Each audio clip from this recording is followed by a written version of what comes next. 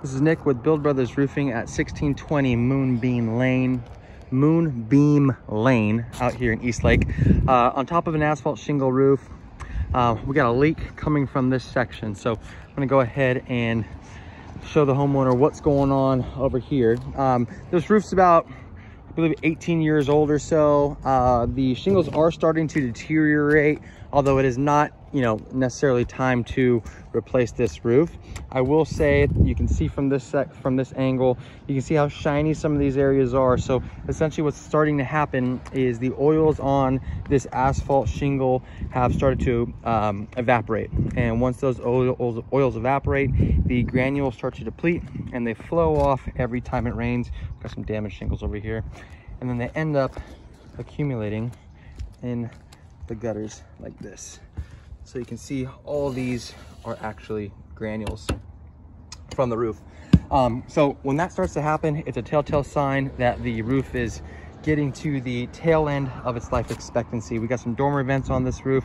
Dormer vents are always really susceptible to leaks. So I don't believe these are leaking just yet, but the homeowner, needs to be aware of the fact that there's a good chance that these are going to start leaking pretty soon. The sealant around a lot of these penetrations is starting to wear out. You can see it's starting to crack a little bit, so those could be redone. So again, the roof is in decent shape. It's not in any immediate need of replacement.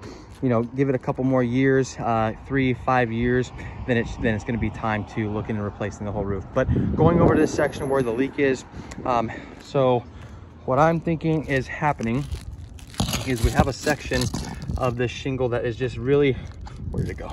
It's just really loose, okay? And if I pull this up, we can see just how deep that nail head is. And if I go one section below it, you can see that it's kind of exposed as well. So I believe what's happening is water's just kind of getting underneath this section because of how loose a lot of it is. And that's just due to the age of the product itself. You can see that even if I come over here, everything's kind of starting to come up. So that's allowing that water to get down into those nail heads and starting to penetrate the roof. There's a pretty significant leak coming right from this section.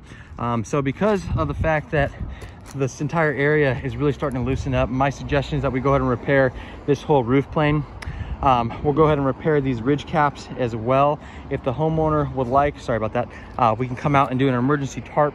We'll go ahead and nail into that ridge cap and we'll have those replaced when we do any kind of repair for this property as well. But that section needs to be redone.